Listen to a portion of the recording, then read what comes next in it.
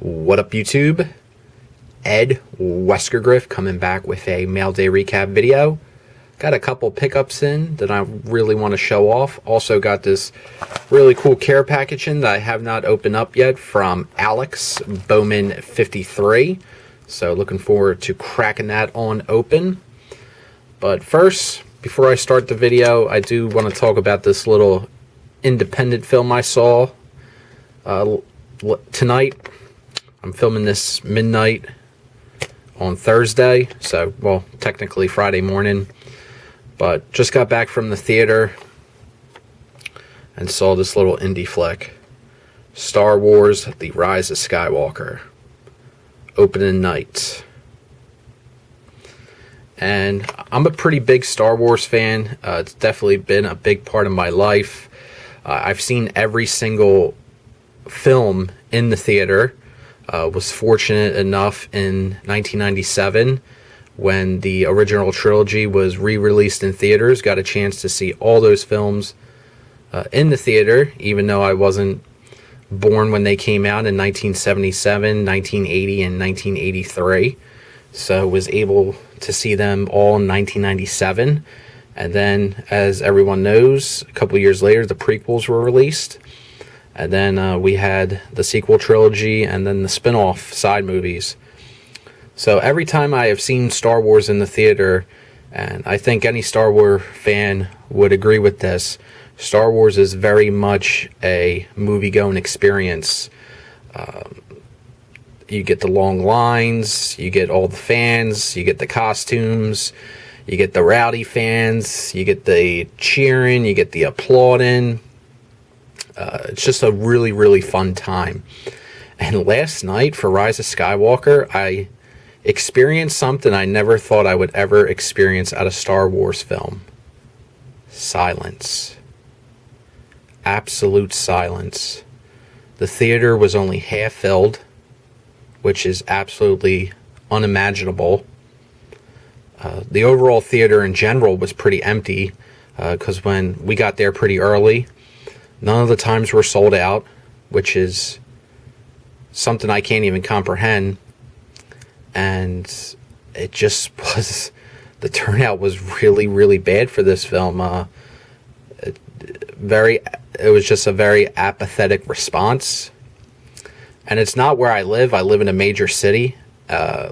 And for The Last Jedi and for The Force Awakens, Rogue One, and Solo on open night, all those films were sold out, and the crowds were really pretty big. Even though Solo did pretty bad at the box office, it was still sold out where I was at, and it had a pretty sizable crowd. But for The Rise of Skywalker, for the last film in the episodic trilogy, it was very, very empty.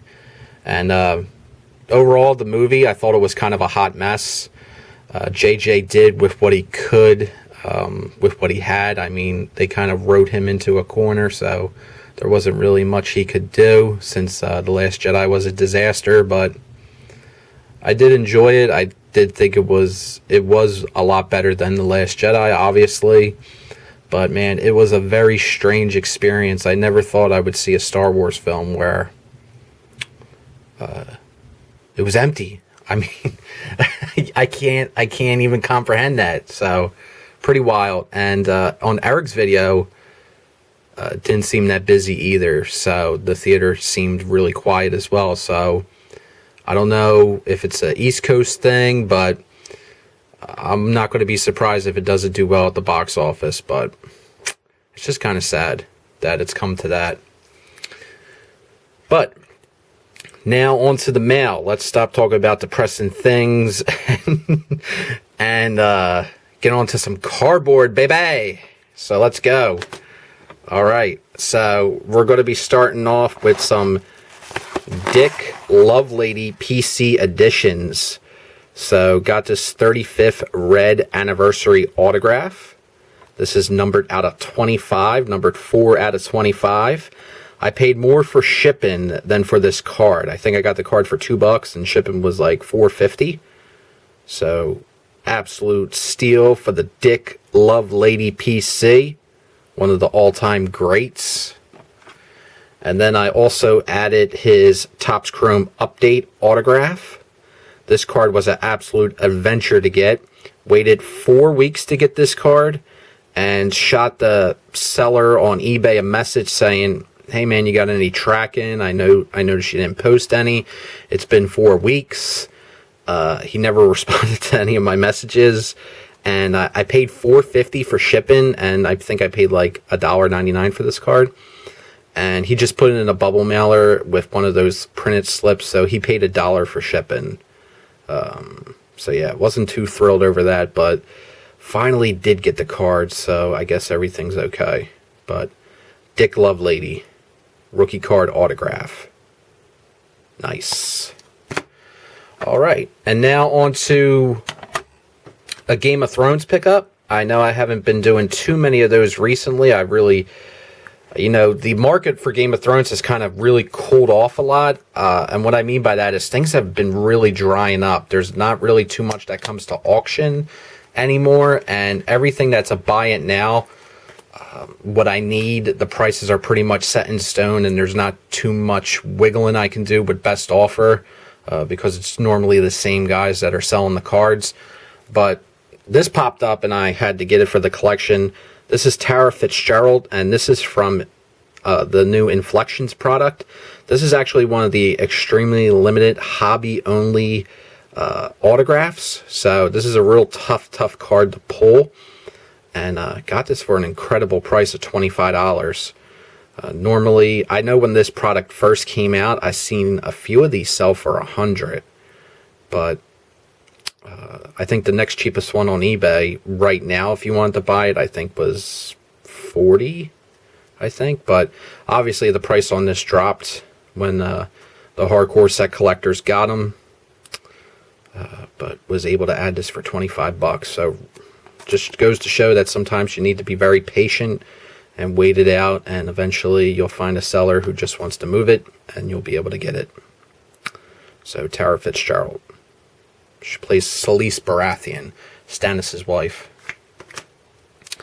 And then the two slabs. So this first slab here, wanted to pick this up for the collection. This guy listed this card as an auction for 6 days. His starting price was $34.99.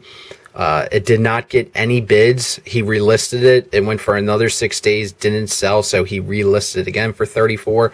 So I figured since he relisted it twice and he didn't receive any bids, I would send him a message with an offer. Send him a message with an offer. He told me he would meet me in the middle, so he took about like $6 off his auction price, and I said, definitely, I'll take it. So seller gave me a discount, and this is the card that I added. A 2019 Topps Chrome rookie autograph of Ramon Liriano, graded a PSA Gem Mint 10. So if you look up Liriano, he had a really nice year for Oakland. Amazing defensively out in the outfield. And he had a pretty solid offensive campaign. And he's really young. I was actually surprised with how young he is. I thought he was a lot older. So I figure I add this one into the collection. So got this for under $30, shipped. So thought that was a great deal. Ramon Liriano. And last but not least, picked this up as soon as this guy signed. And he signed, the news broke of his signing on at midnight. So quickly went to eBay to find one of his PSA Gem Mint 10 rookies, and Four Shark Corners of all people had one listed for like $52. So shipped, I think it was like $55. So quickly purchased the card, and here it is. It's from 2013 Topps Update. This is the rookie card of Garrett Cole, who is now going to be a Yankee for life, signing that mega contract, the biggest contract ever for a starting pitcher. So I've been eyeing Garrett Cole's cards since the middle of the season, but he really doesn't have a lot of cards. A lot of his update cards are not really slabbed.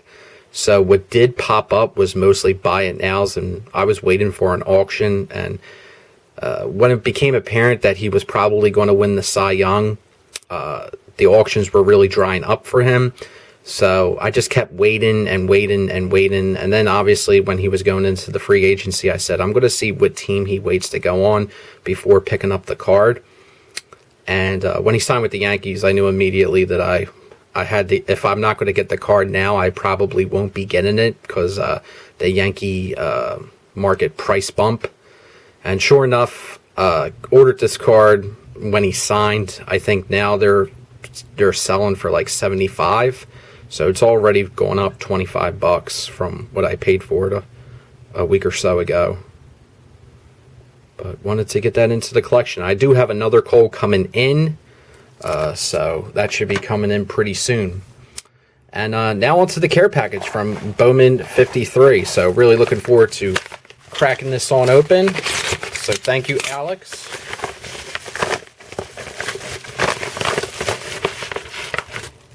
Got some cool stuff here.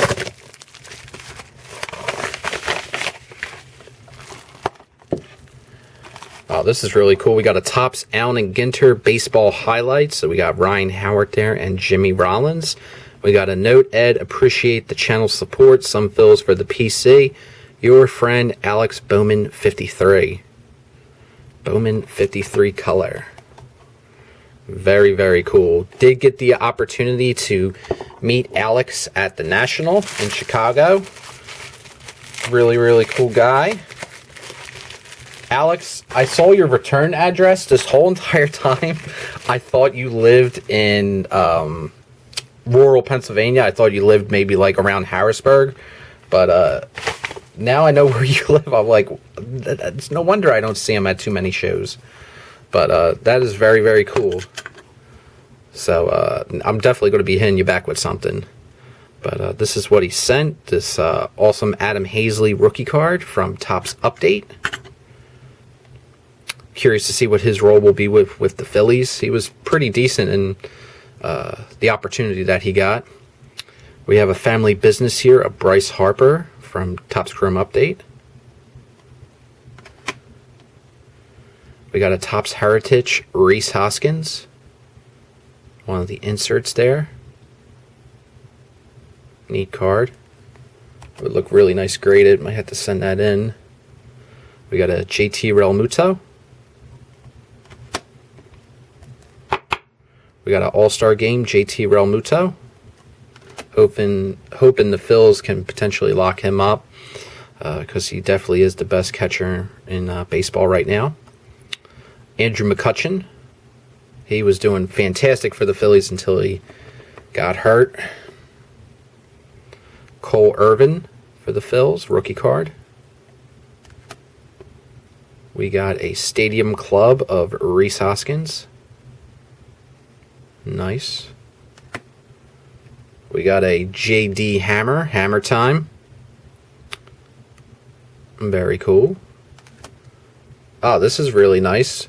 We got a JD Hammer autograph from Topps Chrome Update. Did not have this card. Very, very cool. Love the powder blue uniforms. Very nice card. Awesome. And then we got a blue wave here of Aaron Nola, complementing the color of the Liberty Bell there. Very, very nice. I think the blues are numbered out of 150. And yes, numbered 17 out of 150.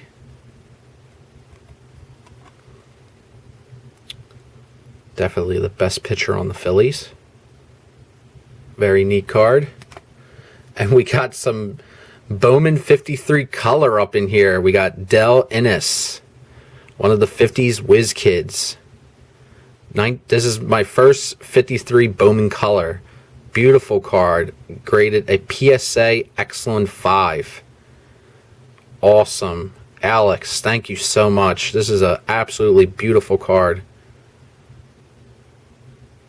Really, really nice. There's the back.